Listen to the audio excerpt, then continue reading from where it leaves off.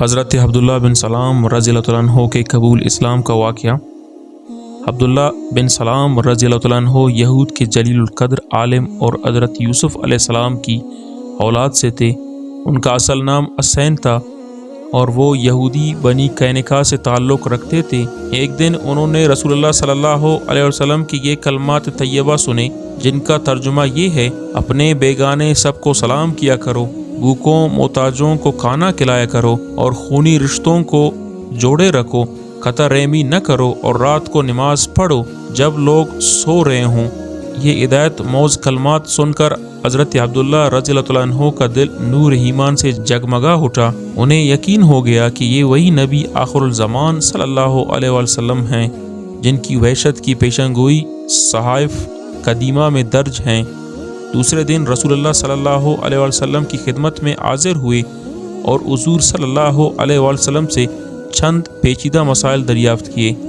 حضور صلی اللہ علیہ وسلم نے ان کا اطمینان بخش جواب دیا تو عرض کیا کہ یا رسول اللہ صلی اللہ علیہ وسلم، میں شہادت دیتا ہوں کہ آپ اللہ کے سچے رسول ہیں۔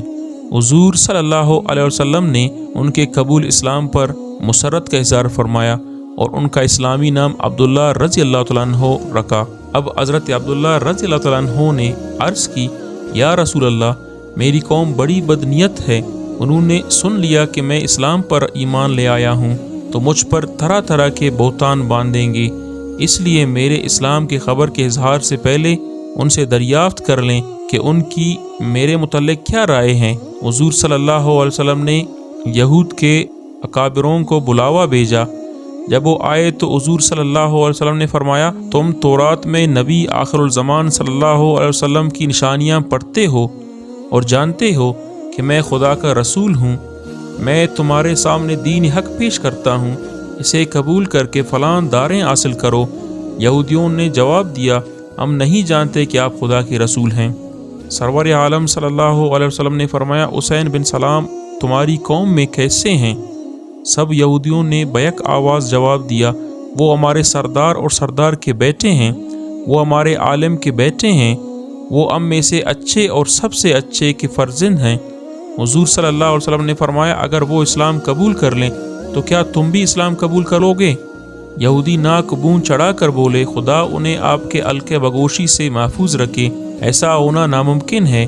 اب حضور صلی اللہ علیہ وسلم نے حضرت عبداللہ رضی اللہ عنہ بن سلام کو سامنے آنے کا حکم دیا۔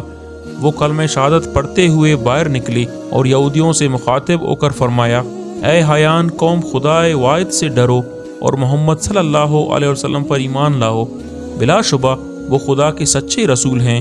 حضرت عبداللہ رضی اللہ عنہ کا قبول اسلام یہودیوں پر برق غاطب بن کر گرا۔